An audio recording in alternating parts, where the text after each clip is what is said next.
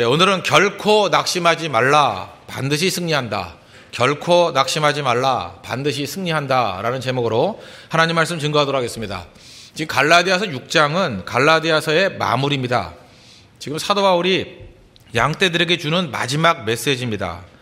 아마도 자기가 말해주고 싶은 그 메시지, 그 마지막 메시지, 그런 것들을 가슴에 품고 있는 것을 아마도 전한 것 같습니다. 그 마지막 메시지가 뭐냐?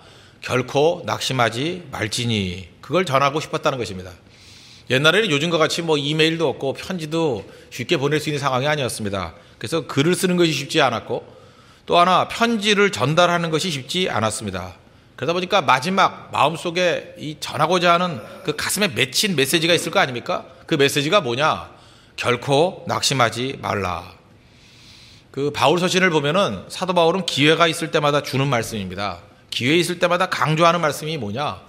사도 바울의 머릿속에 항상 이렇게 머물러 있는 생각이 뭐냐? 결코 낙심하지 말라.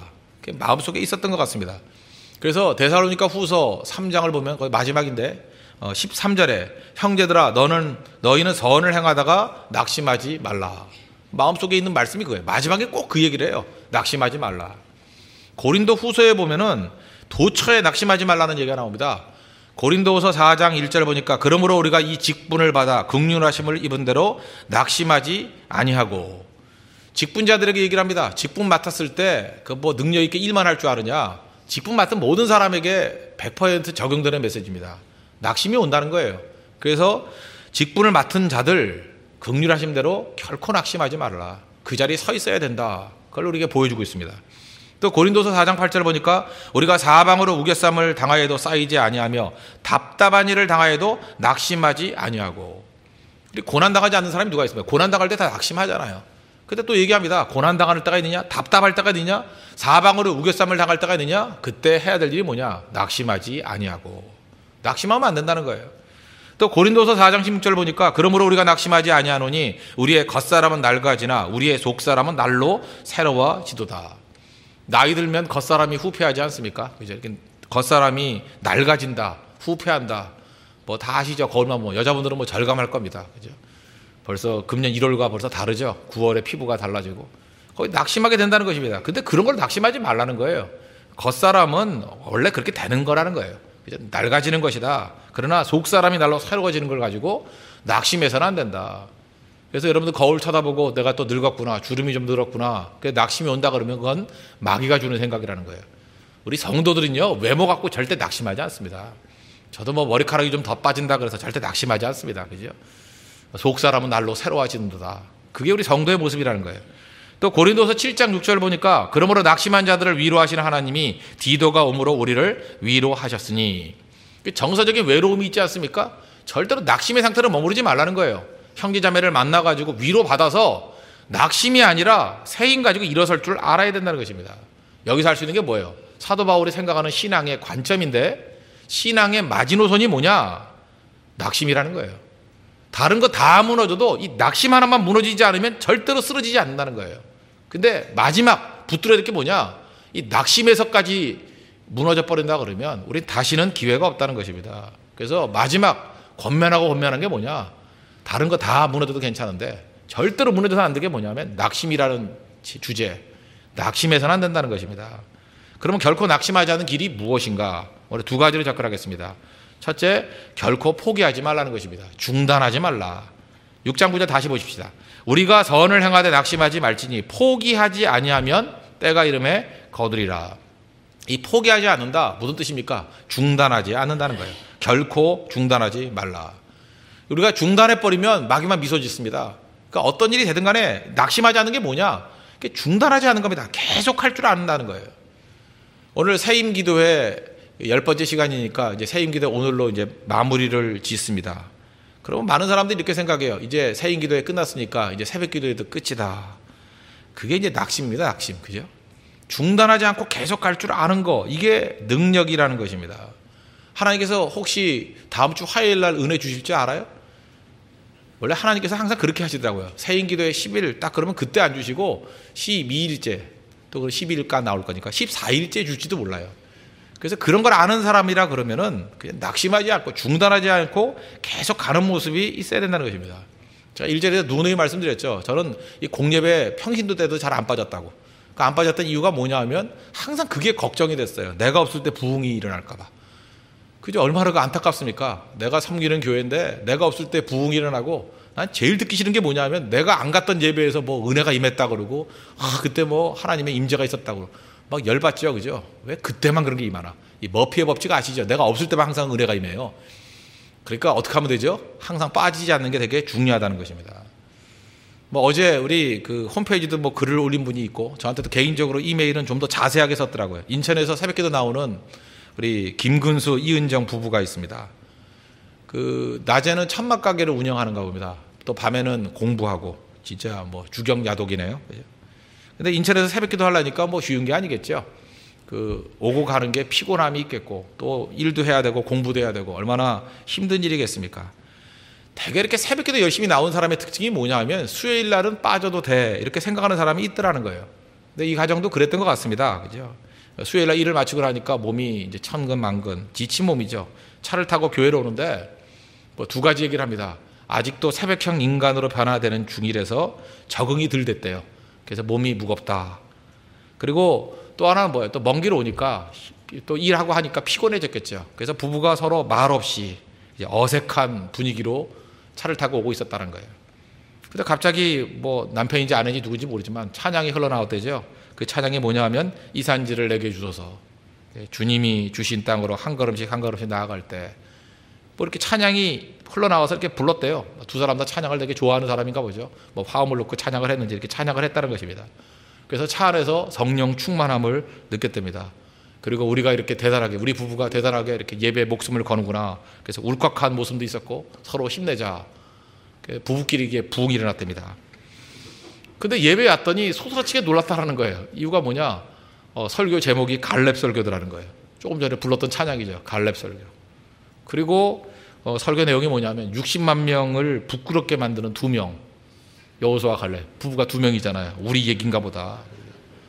그 형제는 아마 이게 설교가가 되고 싶은가 봐요. 또 자매는 생키같이 이렇게 찬양 인도자가 되고 싶은가 봅니다. 그래서 하나님 앞에 우리가 쓰임 받기를 원한다. 예배 끝나고 난 다음에 또 계속해서 반복해서 부른 찬양이 뭐예요? 이 산지를 내게 주소서, 이 홍대를 내게 주소서. 찬양했을 때 이건 분명히 하나님의 인도하심이고 하나님께서 우리 가정에 주신 메시지다. 그러면서 이제 갈렙 기도 모임을 만듭니다. 작은 기도 셀 만들기로 했죠. 그래서 주변에 있는 동역자들과 함께 홍대 변화를 위해서, 교회 부흥을 위해서 기도하는 모임 갖겠습니다. 뭐 그런 게 이메일 내용이었어요. 잘 보세요. 저는 이 가정을 보면서 이런 생각을 했어요. 만약 이 가정이 우리는 새벽기도 나오는 게 힘드니까, 인천에서 나오니까 또 새벽만 나오면 되지, 뭐 수요일은 빠져도 되지. 그리고 빠졌다 그러면은 이런 은혜가 임했겠어요? 이 가정은 참 묘해요. 그죠? 새벽에 하나님께서 은혜를 안 주시고 수요일 날 주시잖아요. 하나님은 항상 그런다니까요. 제가 볼 때 주님 재림은 수요일 날 비 올 때 오실 것 같아요. 거의 그래, 내가 볼 때. 그죠? 거의 그렇다, 거의. 그 사람의 생각과 이렇게 반대로 올 때 같아요, 반대로. 그러니까 이럴 때 가져야 될 생각이 뭐예요? 중단하면 안 되죠. 만약에 피곤하다, 난 아직 새벽 친일이 안 됐기 때문에 수요일은 생략하고 새벽기도 가야 돼. 그리고 중단했다 그러면 얼마나 아쉬움이 있겠어요. 하나님께 주신 은혜와 능력을 체험하지 못했겠죠. 왜 그렇습니까? 우리는 때를 몰라요. 하나님의 때, 이 카이로스거든요. 하나님의 때가 뭔지를 모른다고요. 보세요. 때가 이름에 거두리라. 근데 때를 알면은 모르겠는데 우리는 때를 모르잖아요. 언제가 때인지. 그러니까 때를 모를 때 어떻게 하면 되죠? 뭐 예를 들어서 내가 아는 사람이 뭐 오늘 올 거예요. 근데 5시에 올지 6시에 올지 잘 몰라요. 그럼 어떻게 하면 되죠? 한 4시부터 6시 사이에 기다리면 되죠. 그것도 아니면 어떻게 하면 되죠? 그냥 아예 3시부터 9시까지 기다리면 거기 다 맞죠. 그것도 아니면 12시부터 12시까지 기다리면 되죠. 그렇잖아요. 이거 폭을 크게 하면 되잖아요. 그러니까 중요한 게 뭡니까? 중단하지 않고 그냥 폭을 크게 하는 거예요. 주님의 때가 될 때까지. 그래서 중단하지 않는 사람만이 주님의 때에 맞출 수 있습니다. 근데 바보들은 어때요? 그렇게 더 열심히 하고 중단하지 않는 걸 하지 아니하고 그걸 맞추려고 그러죠. 어느 때인지. 그 맞추려는 게 뭐예요? 그거 아무것도 아니죠. 그러니까 우리가 하나님 앞에서 가져야 될 게 뭐냐 하면 낙심한다는 것은 중단하는 것이다. 중단하지 않는 것이다. 이 낙심이라는 헬라어 단어가 에카케오라는 단어인데 지친다는 뜻입니다. 피곤해진다. 피곤해지는 이유가 뭐예요? 중단하는 거죠. 그 피곤하더라도 중단하지 않고 계속할 수 있는 힘, 그것이 낙심하지 않는다, 그런 뜻이라는 것입니다. 우리가 중단하지 않으려면 가져야 될 것들이 뭐냐? 성실성도 있어야 되지만 또 하나는 실력을 갖춰야 됩니다. 그래서 조금 전에 우리 찬양했었죠. 320장 나의 죄를 정케하사 주여 내게 성령으로 충만하게 채우사 생명수가 강물처럼 흐르게 하옵소서. 내 속에서 이렇게 충만하게 있어야 흐르거든요. 내 속에 실력이 있어야 실력이 흐르고 은과 금은 내게 없거니와 내게 있는 것을 내게 주노니 그랬잖아요. 예수 그리스도 이름으로 일어나 걸으라. 있는 거 줄 수 있거든요. 그래서 내 안에 가득가득 채우는 것이 있어야 실력이 있어야 중단하지 않을 수 있다는 것입니다. 예를 하나 들어본다 그러면 담임 목사가 새벽 기도에 나오지 않으면 그 교회는 새벽에 부흥이 있을 수가 없습니다. 그건 상식이죠. 아니 영적 지도자가 기도에 선봉에 서지 않는데 그 교회가 어떻게 기도의 교회가 될 수 있겠어요? 그건 상식 아니에요? 그래서 담임 목사가 새벽에 기도하지 않으면 그 교회는 기도의 불길이 꺼질 수밖에 없어요. 그건 상식이라고요, 상식. 근데 이 상식적인 얘기인데 왜 많은 교회가 담임 목사가 새벽 기도에 못 나올까? 난 그게 너무 답답했어요. 그래서 연세가 드셔가지고 체력이 없어 그렇구나. 그래서 제가 체력을 놓고 기도했고 타고난 성실성이 없기 때문에 그렇구나. 그래서 성실성을 놓고 기도하고 그랬습니다. 그런데 제가 몇 년 전에 그 LA에서 강주미 목사님하고 대화를 나누는 중에 제가 이 주제를 갖고 얘기를 했어요. 난 답답하다고.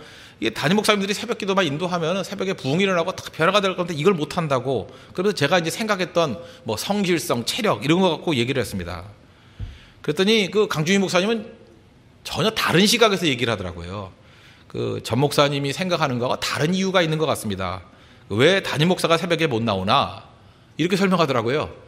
새벽 기도 나와가지고 새벽 설교를 일주일 동안 계속 하면은 주일에 할 말이 없대요. 무슨 얘기인지 아시겠어요? 새벽 기도 나와서 설교를 다 하면 주일에 할 말이 없대요. 그건 성실성의 문제도 아니고 체력의 문제도 아니고 실력의 문제다 그러더라고요. 설교를 많이 할 그런 실력이 없대요. 독서 훈련이 안 돼 있대요. 그래서 새벽마다 말씀을 증거하면 주일에 할 말이 없대요. 할 말이. 그러면서 뭐 지금 당대는 할 수 없지만 새로운 신학생들, 새롭게 이제 성장하는 그런 후진들을 위해서 우리가 꼭 붙들어야 할 게 뭐냐? 독서 훈련 시켜야 되고 그 다음에 이 공부하는 훈련 시켜야 된다는 거예요. 그래서 매일매일 새벽마다 말씀을 증거하더라도 고갈되지 않는 실력이 있어야만 새벽에 부흥이 있을 수 있다. 나 그 얘기를 듣는 순간에 딱 와닿더라고요. 그 make sense이죠, 그죠? 딱 와닿더라고요, 가슴에. 아, 저거구나. 그래서 그 다음부터 제가 후배들에게 강조하는 게 뭐냐면 책 읽고 독서하고 공부하는 거 가르칩니다. 공부하는 거. 우리 주변에도 우리 전도사님들 한번 보십시오. 뭐 체력 좋아요. 뭐 안 먹고도 뛸 수 있어요. 얼마나 좋은지. 뭐 등산하면 산꼭대기 제일 먼저 올라가요. 그죠? 또 성실성도 있어요. 그것만 갖고 되는지 아십니까? 실력이 없으면요 새벽 못 나와요. 올라오면 할 말이 없는데요. 전할 게 없는데요. 그래서 중요한 게 뭐예요? 중단하지 않기 위해서 해야 될 일이 뭐예요? 하나님 내게 실력을 주십시오. 내게 이 빈 그릇 가지고 있는데 하나님이 실력으로 채워주시고 영력으로 채워주시고 성령으로 충만하게 채워주시고 그래서 내 속에서 실력이 흘러넘치게 해주시고 생명수가 흘러넘치게 해주시고 영력이 흘러넘치게 해주십시오. 그래야 된다는 거예요. 교사들도 마찬가지예요. 교사들이 나는 왜 아이들 데리고 맨날 그 빵집에 가나 그렇게 생각했어요. 빵집에 가는 이유가 뭔지 알아요? 줄 게 없기 때문에 그래요. 줄 게 없기 때문에. 빵밖에 줄 게 없어요. 만약에 토요일, 주일, 일주일 내내 그죠? 이 학생들에게 증거될 메시지가 가슴에 있다 그러면요 빵집 안 가요. 구석에 차박해 앉혀놓더라도 내가 준비된 게 얼마나 많은데 그죠? 다 증거하려고 그러죠. 간사나 리더들도 마찬가지입니다. 왜 사람들 끌고 밤낮게 놀러만 다니지 아십니까? 줄 게 없기 때문에 그래요. 그 주일이 두려운 거예요. 간단합니다. 새벽마다 말씀에 은혜 받았던 거 이렇게 메모해두라고요. 메모해가지고 자기가 불붙은 말씀들, 자기 몸에서 체화된 말씀만 증거해도요 그 GBS 시간 짧은 시간에 다 전달 못할 정도예요.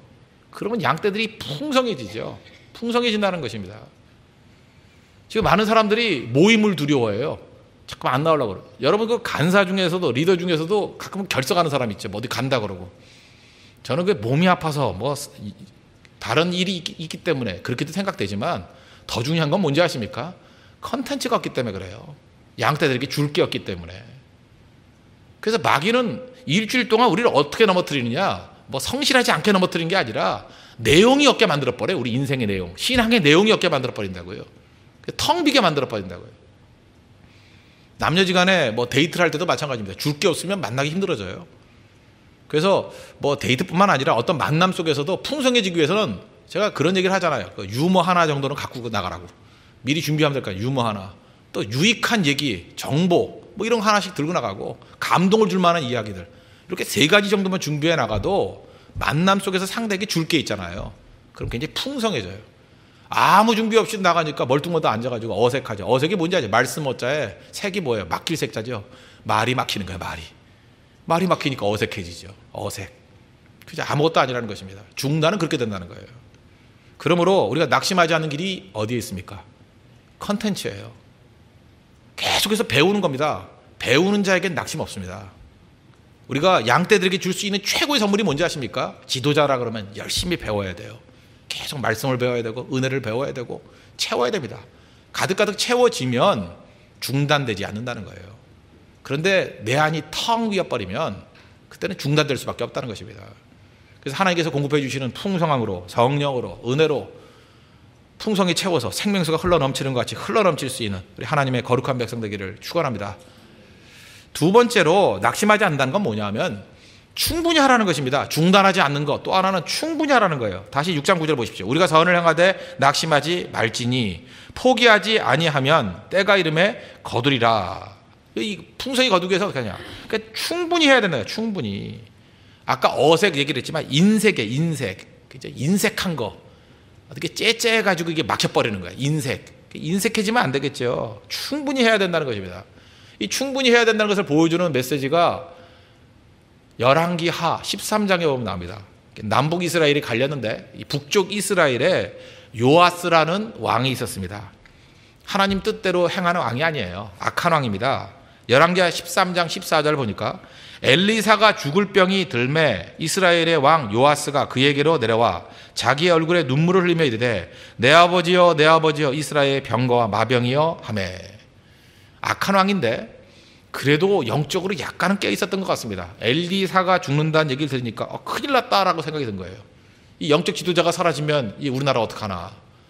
그래서 겸손한 마음을 가지고 엘리사를 찾아왔다라는 거예요. 그래서 나의 아버지여 나의 아버지여 이스라엘의 병거와 마병이여 하면서 죽으면 안 돼요. 죽으면 안 돼요. 을 위해서 기도해 주셔야죠. 뭐 이렇게 겸손하게 나갔다는 것입니다. 참 하나님이 좋으신 하나님이죠. 이렇게 요아스 같이 악한 왕도 겸손하게 엎드리면서 간구하니까 응답해 주셔요. 여러분 잊지 마십시오. 어떤 존재라 할지라도 어떤 상황이라 할지라도 하나님 앞에 나아갈 때 하나님이 외면한 적이 한 번도 없어요. 아무리 큰 죄를 지었다 할지라도 아무리 바닥을 쳤다 할지라도 아무리 뭐 주님 떠난 지 오래됐다 할지라도 주님 앞에 나아갔을 때 주님이 야 임마 염치도 없지 하면서 쫓아낸 적이 없다라는 거예요. 언제나 주님은 세컨 찬스를 주시는 분입니다. 요아스를 보라는 거예요. 이렇게 악한 왕도 하나님 앞에 나아가니까 기회를 주시잖아요. 그래서 그 기도의 응답으로 엘리사가 이렇게 얘기합니다. 열왕기하 13장 17절을 보니까 이르되 동쪽 창을 여소서 하여 곧 열매 엘리사가 이르되 쏘소서 하는지라. 곧 쏘매 엘리사가 이르되 이는 여호와를 위한 구원의 화살 곧 아람에 대한 구원의 화살이니 왕이 아람 사람을 멸절하도록 아벡에서 치리이다. 동쪽 문을 열라 그랬습니다. 화살 쏘고 난 다음에 이 화살과 같이 아람을 이기고 큰 승리를 거둘 것이다. 이런 행동을 왜 했느냐? 힌트를 주기 위해서 그래요. 힌트를. 지금 네가 화살을 쐈지? 이게 승리에 대한 표상이야. 이렇게 힌트를 줬다고요. 그러고 난 다음에 실제 문제를 줬습니다. 문제가 뭐냐? 화살을 가지고 내리치라 그랬어요. 바닥을. 열왕기하 13장 18절 보니까 또 이르되 화살들을 잡으소서 곧 지붕에 엘리사가 또 이스라엘 왕에게 이르되 땅을 치소서 하는지라. 화살 가지고 땅을 치래요. 그랬더니 이 요아스 왕이 몇 번 쳤느냐? 3번 치고 그친지라. 딱딱딱. 이게 화살이라고 합시다. 우리 보통 같으면 어때요? 딱딱딱 이렇게 하겠죠. 별 생각 없는 거예요. 한번 해보라니까요. 별 생각 없을 때 딱딱딱 그래요. 굉장히 무성의한 태도입니다. 열정이 없어요. 믿음이 없어요. 그때에 하나님의 사람이 노아에 이르되 왕이 5번 칠 것이니이다. 그리하였다면 왕이 아람을 진멸하기까지 쳤으리이다. 그런즉 이제는 왕이 아람을 3번만 치리이다. 딱딱딱 3번 쳐가지고 3번밖에 못 이긴다는 거예요. 사실 아람을 이기려고 그러면 그죠? 그거 한 7, 8번 쳤으면 완전히 멸절시킬 수 있었는데 그거 못했다라는 거예요. 여러분 열정을 했다 그러면 화살까지 또 어떻게 쳐야 돼요? 나 같으면 따다다다닥 쳐야죠. 그러지 않겠어요? 그죠? 이 앞에 원수가 있다 그러면 딱딱딱 3배 치겠어요. 다다다다닥 이렇게 치죠. 그죠? 그래서 무슨 일을 하든 간에 보면 저는 똑같은 거라고 생각해요. 아까 찬송할 때 박수 치며 찬송하지 않습니까? 박수 칠 때도 이렇게 열정 없는 사람이 있어요. 이렇게. 다른 사람 열심히 이렇게 칠 때 그 2번에 한 번씩 치고, 그래 내가 미쳤냐? 다치게 나는 50%만 칠 거야. 그냥 화살 가지고 그냥 머리를 내치고 싶어요. 그런 사람들 보면. 그죠? 하나님께서 우리에게 기회를 주셨을 때 뭐든지 열정적으로 하고, 열정적으로. 그냥 몇 번 하라는 얘기가 없잖아요. 몇 번 하라는 말이 없을 땐 충분히 하세요. 충분히는 뭐냐? 지칠 때까지 하라고. 지칠 때까지. 딱딱딱 이 영성 버려야 된다는 것입니다. 따다다다닥 이게 있어야 돼. 따다다다닥. 그것도 부족하면 아직도 부족할 것 같아. 몇 번 더 할 줄 아는 거, 넘치도록 하는 거, 그게 하나님께서 우리에게 주시는 승리라는 것입니다. 그래서 이 낙심하지 않는 것에 필요한 건 열정은 뭔지 아십니까? 충분히 하는 거예요. 더 많이 하는 거예요. 그죠? 제약 없이 충분히 할 수 있는 모습이 필요하다는 것입니다. 엘리야 시대 때도 그 과부에게 뭐 먹을 게 없지? 기름병 그릇 빌려오라 그러잖아요. 그릇 빌릴 때 동네 사람 그릇 빌렸죠. 얼마큼 줬죠? 그릇 빌려온 만큼 기름이 채워졌죠. 만약 그걸 알았다 그러면 좀 더 빌렸겠죠. 그래서 하나님께서 우리에게 뭐 하라 그럴 때는, 잘 모를 때는요, 몇 개 빌려오라 이런 말 없을 때는 충분히 빌려와야 돼요. 충분히. 뭐 부흥을 놓고 기도할 때도 여러분은 뭐 작은 기도할 게 아니라 그러니까 충분히 기도해야 돼요. 충분히. 여러분이 생각하는 거 곱하기 100 정도 하십시오. 그렇게 구할 필요가 있다니까요. 여러분이 워낙 작으니까 나는 소심형이야, 나는 소심이야, 그럴 땐 곱하기 1000 하세요. 1000. 그죠? 그 정도로 구할 줄 알아야 된다고요. 자기가 말하면서도 막 입술이 떨리는 거예요. 이거 안 되는데 이러고. 어떤 사람은 그래, 양 때 10명을 주십시오. 10명을 주십시오. 열무김치나 먹어라. 내가 맨날 그래서 10명. 근데 기도가 10명이냐? 곱하기 100 해봐. 그리고 1000명. 자기도 말하면서 떨어요. 내가 어떻게 1000명을 감당하느냐요. 곱하기 무조건 100 하라니까요. 뭐 기도하는 거 돈 드는 것도 아니잖아요. 그죠? 기도해 보십시오. 그때부터 내가 열리기 시작해요. 충분히 할 줄 아는 모습이 있어야 된다는 것입니다. 누가복음 5장에 보면은 예수님과 베드로가 처음 만나는 사건이 나오죠. 거기서 그 예수님께서 베드로에게 이렇게 말씀하십니다. 깊은 데로 가서 그물을 내려 고기를 잡으라. 그랬더니 시몬 베드로가 되게 믿음이 있어 보여요. 선생님, 우리들이 밤이 맞도록 수고하였으나 잡은 것이 없지만은 말씀을 의지하여 내가 그물을 내리리다. 되게 멋진 표현을 하죠. 그래서 그물을 탁 내렸어요. 믿음 되게 좋아 보이지 않습니까? 그랬더니 그물이 찢어지게 고기를 잡았어요. 혼자 못 끌고 오니까 동무들에게 손짓해가지고 도와달라 해가지고 그 그물에 잡힌 고기를 끌고 왔어요. 그러고 난 다음에 누가복음 5장 8절 보니까 시몬 베드로가 예수님 앞에 무릎 꿇고 엎드리면서 얘기하기를, 주여 나를 떠나소서, 나는 죄인이로소이다. 뭐가 안 맞지 않아요? 뭘 떠나래요? 왜 죄인이에요? 지금 말씀대로 순종했는데. 이게 앞뒤가 안 맞죠? 그래서 우리는 무조건 그냥 예수님 앞에는 이게 이렇게 하는 게 어떤 원칙인가 보다. 그냥 무조건 주님 나를 떠나서 나는 죄인입니다. 이렇게 원칙인가 보다. 이렇게 생각하는데 그거 아니에요. 이게 내용을 자세히 보면 알 수 있는데, 예수님께서 말씀하신 내용과 베드로가 했던 행동을 보면은 해석의 단서가 나올 수 있습니다. 예수님께서 깊은 데로 가서 그물을 내리라 할 때 그물은요, 헬라어 단어를 보면은 복수로 돼 있어요. 네츠. 그죠? 그물들을 내리라예요. 그물들을. 그러니까 정확하게 예수님께서는 그물 여러 개를 던져 그랬다고요. 그런데 베드로는 그 얘기를 듣고 이제 자기가 애누리에서 들은 거죠. 아이고, 이 뭐 밤새도록 했는데 안 잡히니까 뭐 듣긴 듣겠습니다. 그러면서 내가 말씀에 의지하여 그물을 내리이다. 이건 단수예요. 네트 하나. 그죠? 그물 하나를 던졌다라는 거예요. 그랬더니 그물이 찢어지게 잡힌 거죠. 놀라기도 놀랐지만 그때의 베드로가 거기서 충격을 받은 거예요. 야, 내가 내 자신의 불신과 인간적인 계산 때문에 그물들을 내리라 그랬던 예수님의 말씀을 저버리고 하나만 내려가지고 이렇게 그물이 찢어지는 상황이 벌어졌구나. 나는 죄인이야. 나는 온전한 순종이 있는 사람이 아니야. 주님, 나를 떠나소서. 나는 죄인이로소이다. 이해가 되시죠? 베드로가 느꼈던 감정이 무엇입니까? 충분히 순종하지 않았다라는 것입니다. 그래서 예수님께서 그물들을 내리라 이렇게 네츠 이렇게 표현했다 그러면 복수니까 몇 개인지 없잖아요. 있는 동네 거 다 동원해야죠. 그래서 다 던져가지고 그냥 갈릴리에 물고기 씨가 말랐다 이런 소리를 들어야죠. 그죠?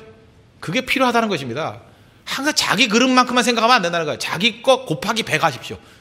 그게 언제나 우리의 태도가 되어야 된다는 거예요. 주님께서 뭐 5개만 하라 그러면 5개 해야 되겠지만 제약이 없이 말한다 그러면 언제나 내 생각보다 곱하기 100 정도 하는 게 옳아요. 그게 낙심하지 않는 길이라는 것입니다. 대부분 언제 낙심하는지 아십니까? 주님 말씀을 자기 수준보다 10분의 1로 순종했을 때 낙심해요. 그죠? 난 새벽기도 3일 이상 못 나가. 그런 사람 낙심해요. 금식하다가 낙심한 사람 분명히 있죠. 내가 무슨 금식을 해 뭐 이러면서. 나는 하루만 해도 못해. 밥 한 끼 먹고 열받는 거예요. 그런 사람들은. 그죠? 밥 한 끼 굶고 하루 금식하고도 막 분노하는 사람들이 있어요. 너무 애누리에서 잡았기 때문에. 자기가 할 수 있는 것보다 좀 풍성히 잡으십시오. 그리고 능력을 구하십시오. 필립스 브룩스의 표현이 있잖아요. 능력에 맞는 일을 하지 말고 일에 맞는 능력을 구하라고. 하나님 이런 많은 사명들이 있습니다. 이 일을 해야 됩니다. 내게 풍성의 능력을 주셔서 내 속에서 능력이 흘러넘치게 해주십시오. 내 속에서 생명수가 흘러넘치게 해주십시오. 그게 성도의 능력이라는 것입니다. 사도 바울 갈라디아서를 마무리 지으면서 결코 낙심하지 말라 그랬습니다. 우리 세임 기도회를 마무리 지면서 똑같은 메시지가 우리에게 들려옵니다. 결코 낙심하지 말라. 2가지입니다. 중단하지 말라는 거예요. 또 한 가지는 충분히 하라는 것입니다. 충분히. 그래서 우리가 기도를 할 때, 충성을 할 때, 헌신을 할 때 무슨 일을 하든지 간에 중단하지 않고 또 한 가지 충분히 하게 될 때 낙심이라는 것에서 자유로운 언제나 100% 승리하는 믿음의 종이 될 것입니다. 이런 승리를 맛볼 수 있는 믿음의 종 되기를 축원합니다.